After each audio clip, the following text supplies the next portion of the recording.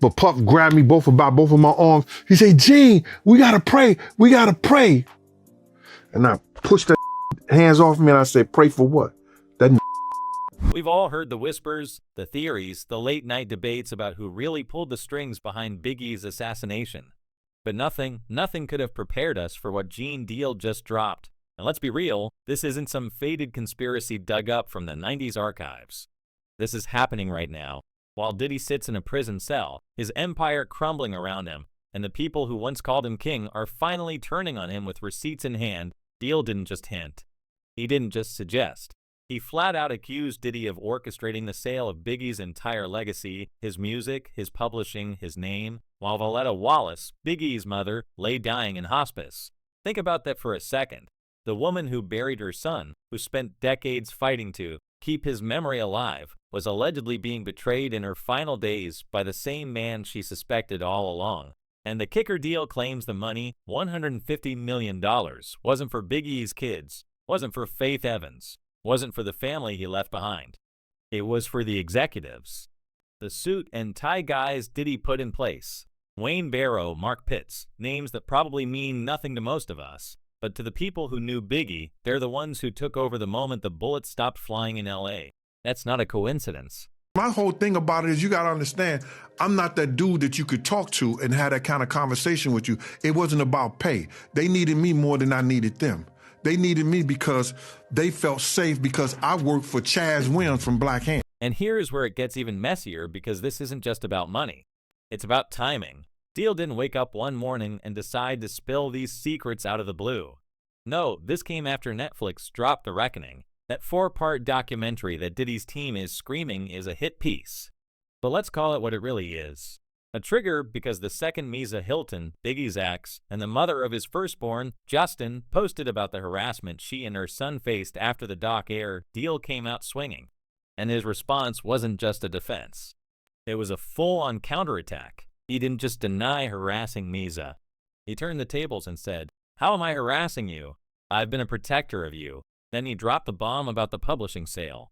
Coincidence? Or was this the moment someone finally called his bluff? Because let's not forget Misa's post disappeared after she put it up. Like she realized she'd poked a hornet's nest and didn't want the smoke. But the damage was done. The question wasn't just about Biggie's demise anymore. It was about who's been profiting from it, and why now with Diddy locked up and his reputation in tatters is the truth. But I was like, Paul came to me and said, yo, Gene, what's wrong? I said, that Paul. He said, no, dog, he just was hit. It was trauma. I said, pissed and himself. But wait, because this story doesn't stop at Biggie. Oh no, it loops right back to Shocker, to that night in Vegas. To the diss track that allegedly sent Diddy into a rage so deep he put a price on Shocker's head. And we're not talking about some back alley rumor here.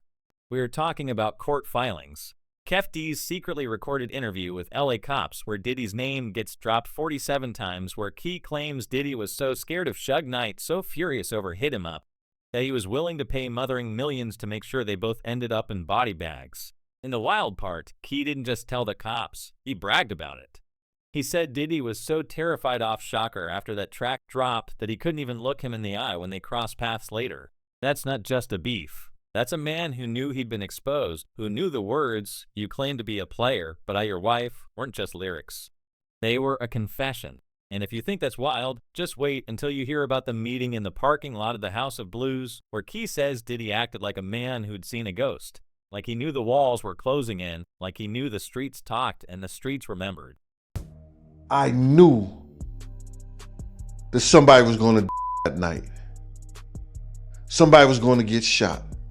Now let's connect the dots, because this isn't just about two rap legends and the bullets that ended their lives. This is about an industry, about the men who shaped Diddy. Andre Harrell, Russell Simmons, Clive Davis, men who, according to Deal, taught him how to be a monster. Who showed him that power wasn't just about hits and platinum plaques. It was about control, about making sure no one could touch you no matter what you did. And did he? He took those lessons to heart. He didn't just learn from them, he perfected them. He turned Bad Boy into a machine. And when the bodies started dropping, he made sure the money kept flowing. To him, to his inner circle, and to everyone except the people who actually deserved it. Biggie's kids, his widow, the mother who buried her son, and then had to watch his legacy get auctioned off like a used car. That's not business. That's theft. And the craziest part, Diddy was still filming himself days before the FBI kicked in his door. Like he knew the end was coming and he was trying to control the narrative one last time. Like he thought he could still spin this, still win.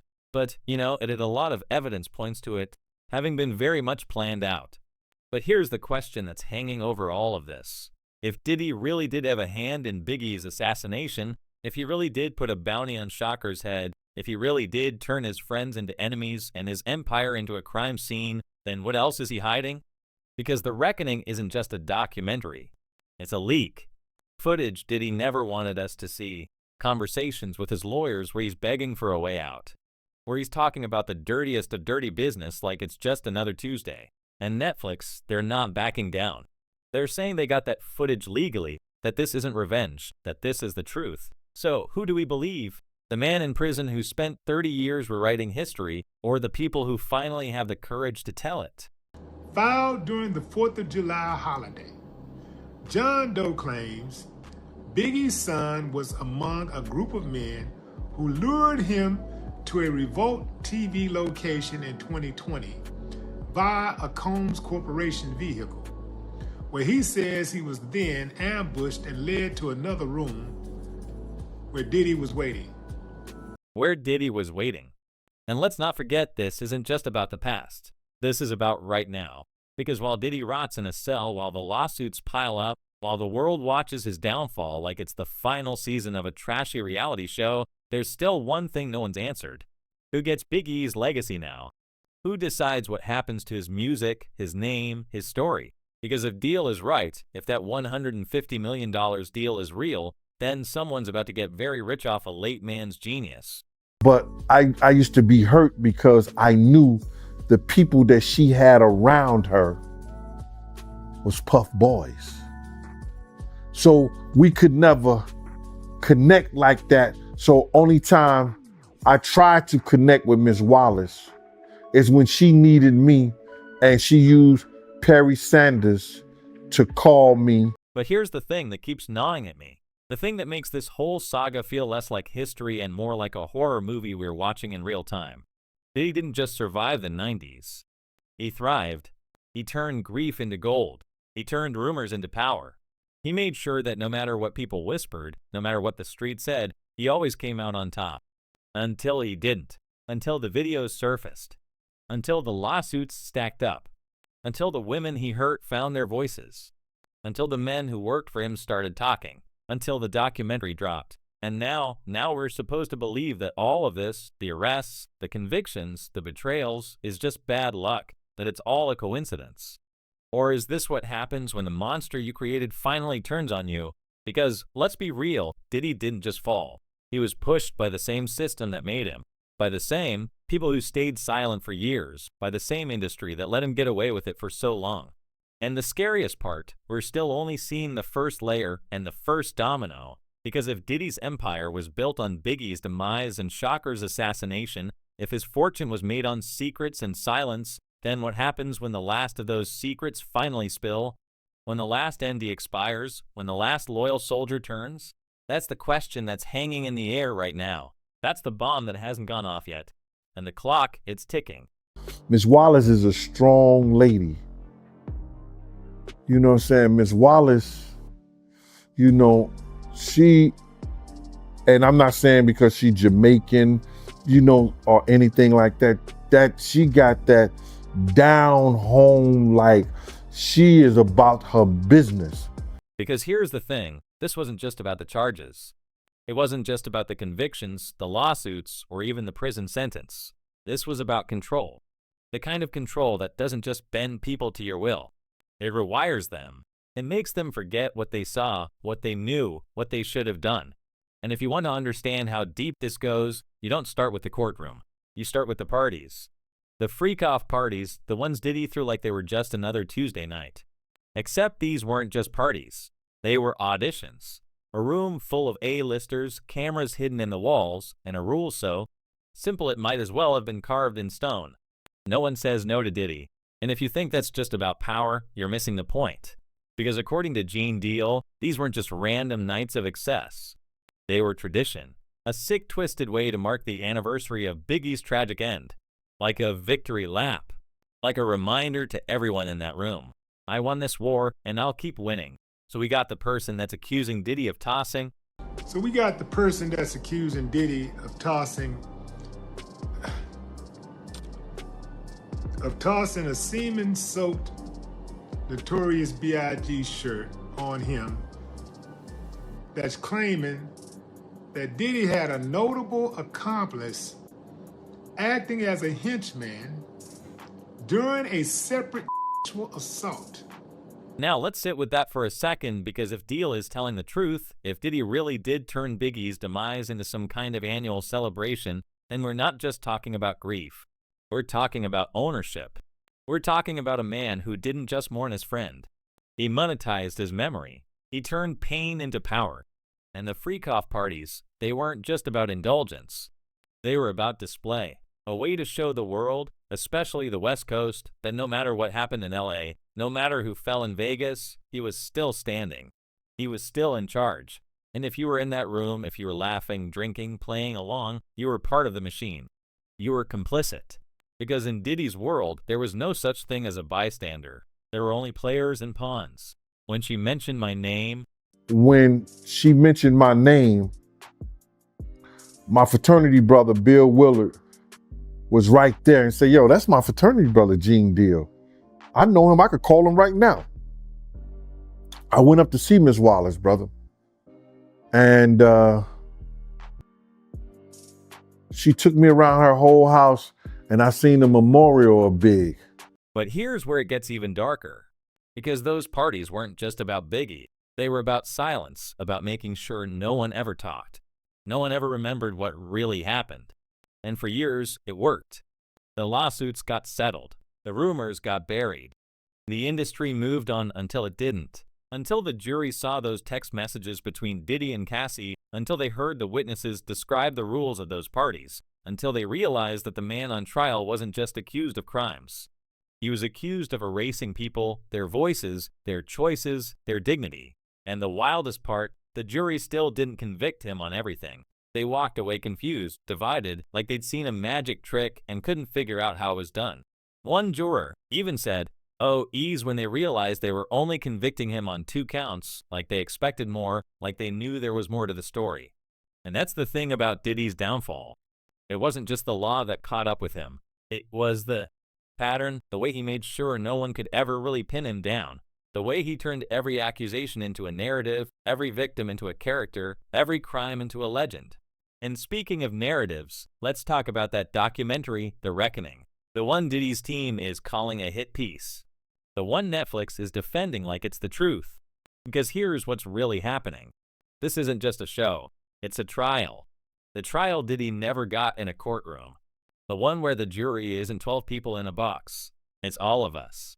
And the evidence, it's not just testimony. It's footage. Diddy's own footage. The kind he's been obsessing over for decades. The kind he thought he'd use to tell his story. Except now. Now it's being used against him.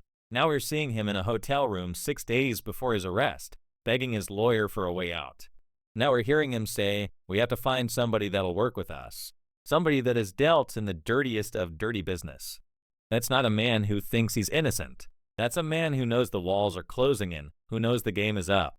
And the craziest part, he was filming himself the whole time like he couldn't help it. Like he still thought he could control the story even as it slipped through his fingers without that.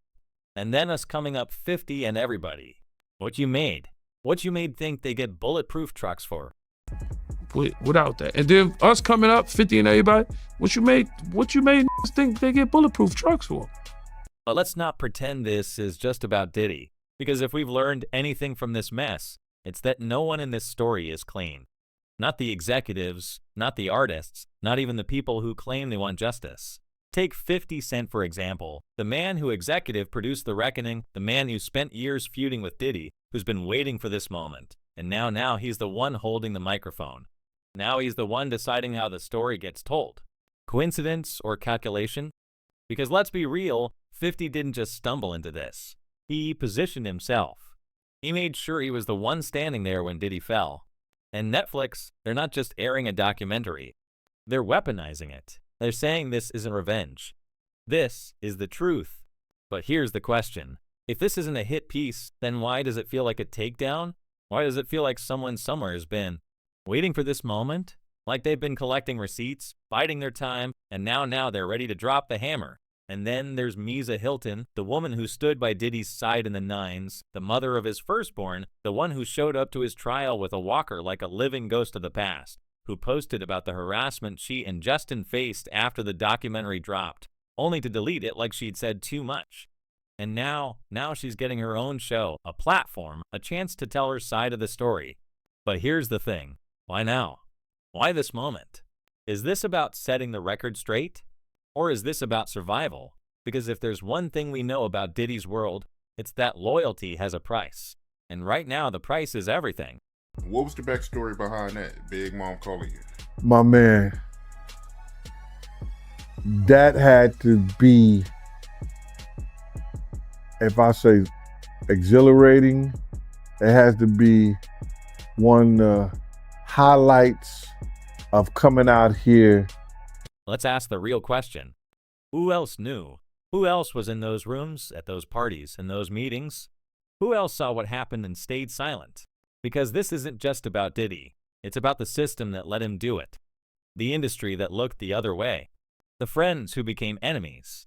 The enemies who became witnesses. And the scariest part, we're still only seeing the tip of the iceberg. Because if Diddy's empire was built on secrets, then the documentary isn't the end. It's the beginning. It's the first domino. And the next one is already wobbling. Because here's what we haven't talked about yet. The others. The ones who aren't in prison. The ones who aren't in documentaries.